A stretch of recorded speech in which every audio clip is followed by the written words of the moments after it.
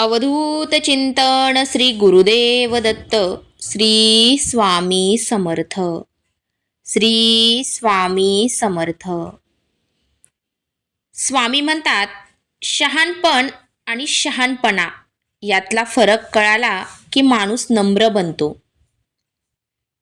कधी अडल्यानडल्याची हाक तुमच्यापर्यंत पोहोचत असेल तर ईश्वराचे आभार माना, कारण तो समर्थ असतानाही इतरांच्या मदतीसाठी त्यांनी तुमची निवड केली आहे.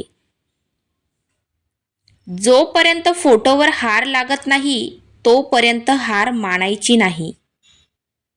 शरीर पाण्यामुळे, मन सत्यामुळे आणि आत्मा ज्ञानामुळे पवित्र राहतो. पाहून दुर्लक्ष करू नका. जर का हा स्वामी संदेश तुम्ही आज शेवटपर्यंत पाहिलात तर नशीबवान ठराल.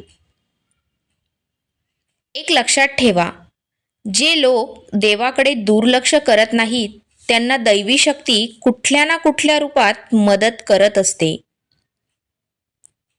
स्वामी म्हणतात, माझ्यावर विश्वास ठेव. तुझी प्रत्येक इच्छा पूर्ण करायला मी येथे आहे.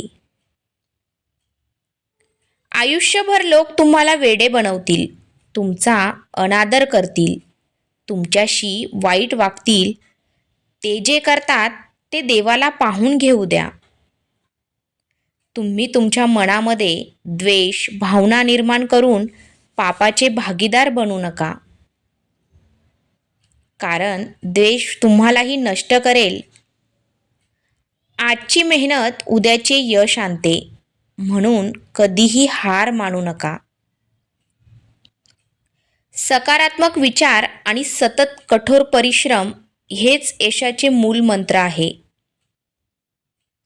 आयुष्य ही एक सुंदर प्रवास आहे. प्रत्येक क्षणाचा आनंद घ्या आणि नेहमी पुढे चालू ठेवा. आपल्या स्वप्नांवर कधीही शंका करू नका. तुमच्यात ते साकार करण्याची ताकद आहे. स्वामी म्हणतात, मला माहीत आहे तुम्ही खूप तणावपूर्ण दिवस पार केले आहे. तुम्ही खूप संकटातून गेले आहात. आताही संकटाचा सामना करत आहात. आता तुम्ही माझ्याजवळ धाव घेण्याची गरज आहे. मी तुम्हाला मदत करेल. हार मानण्याची गरज नाही. जो माझे अनन्य भावाने भक्ती करतो, माझे स्मरण करतो, त्याच्या जीवनाचे भार आम्ही स्वतः उचलतो. तुम्हाला घाबरण्याचे कारण नाही. या महिन्यामध्ये तुमचे जीवन पुढील स्तरावर जाणार आहे. तुमच्या जीवनात सुख, समृद्धी, आनंद आणि ऐश्वर्याने भरून जाणार आहे. स्वामींचा आशीर्वाद प्राप्त करून घेण्यासाठी आत्ताच आपल्या चॅनलला सबस्क्राईब करा आणि व्हिडिओला लाईक करा. तुमची सर्वात मोठी इच्छा नक्कीच पूर्ण होईल. नियोजन हा यशाचा गाभा आहे. कोणत्याही गोष्टींमध्ये यश मिळवायचे झाल्यास दोनच गोष्टी आवश्यक आहेत: भान ठेवून नियोजन आणि बेभान होऊन अंमलबजावणी. या सूत्राचा वापर करून एक सामान्य माणूस राजा बनू शकतो, आणि या सूत्राला हलक्यात घेणारा राजा एक दिवस भिकारी बनू शकतो. जेव्हा तुम्ही आयुष्यात स्वतःवर विश्वास ठेवायला शिकलात तेव्हा तुम्ही अर्धी लढाई स्वतःच जिंकलेले असतात.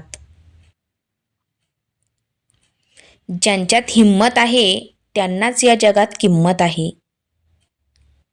खूप जण म्हणतात, माझं आयुष्य खराब चाललेलं आहे, माझ्या आयुष्यात खूप अडचणी आहेत. पण आयुष्यातील नकारात्मक आणि वाईट गोष्टी एक एक करून आपण काढून टाकायला सुरुवात केली की आपोआप आयुष्य चांगल्या गोष्टींसाठी जागा निर्माण होईल.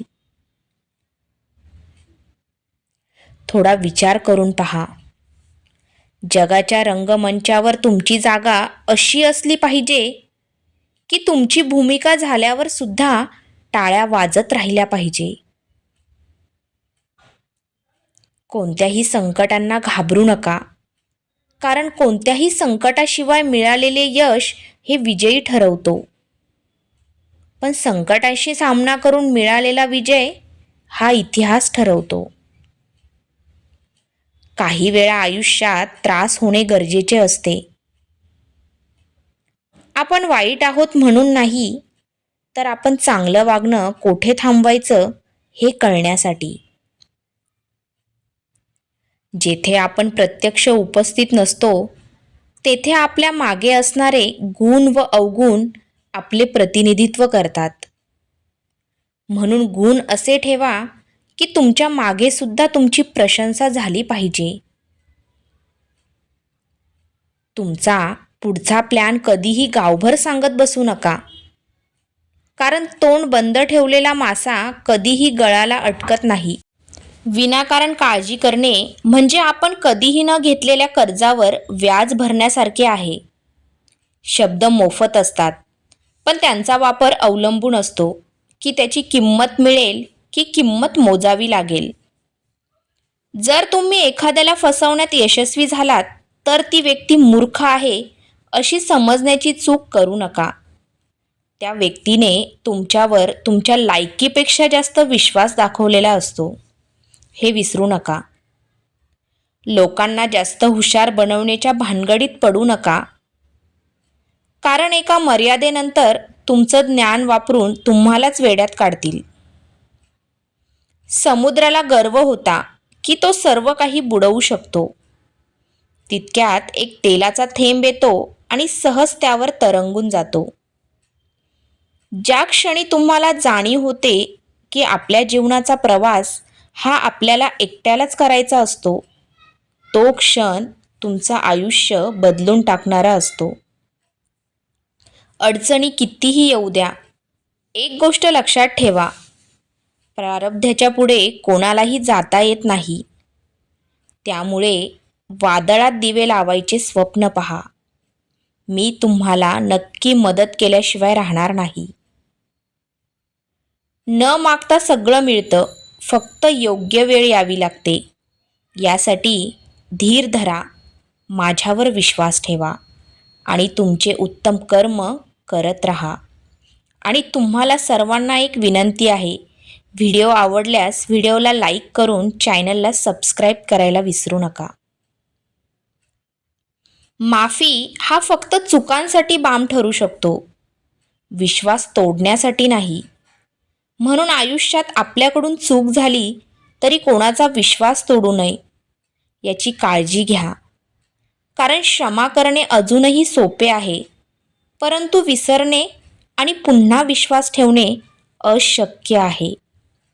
कोणी बदलले तर दुःखी होऊ नका, कारण बदल हा निसर्गाचा नियम आहे.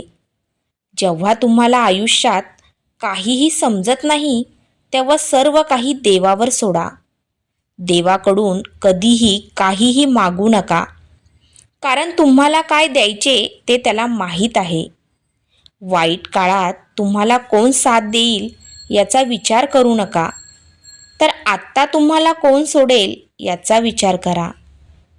देव आनंदी असेल तर त्याला राजा बनवतो, तो रागावला तर त्याला निराधार बनवतो. प्रत्येक दाणा खाण्यासाठी पक्षी 100 वेळा डोके टेकावतो, आणि एक माणूस असा आहे जो 100 वेळा खाऊनही देवाचे आभार मानत नाही. जर का तुम्ही सहमत असाल तर होय, बरोबर आहे असे टाईप करून तुमची सहमती दर्शवा. सल्ल्याच्या 100 शब्दांपेक्षाही अनुभवाची एक ठेच माणसाला जास्त मजबूत आणि समजूतदार बनवत असते. नाती जपताना कोणाच्याही समोर इतके झुकू नका की उठताना आधार हवा, कारण जो तुम्हाला खाली वाकवत आहे तो तुम्हाला कधीही उठण्यास मदत करणार नाही. आणि जो नाती झुकवण्यावर विश्वास ठेवतो तो कधीच नाती टिकवण्यावर विश्वास ठेवू शकत नाही. अशी नाती जशी आहेत तशीच सोडवणे, किंवा वेळ प्रतिकूल आहे असे समजावून शांत बसणे बरे. कुणी आपले असो की आपण दुसऱ्याचे, याने काय फरक पडतो? प्रत्येक प्रसंगात आपलीच आपल्याला पुढे नेत असते. जो मागे राहतो तो कधीच तुझा होऊ शकत नाही. तुम्ही असभ्य व्यक्तीशी, मग ते कुटुंबातील सदस्य असो किंवा बाहेरील व्यक्तीशी संवाद साधू नये.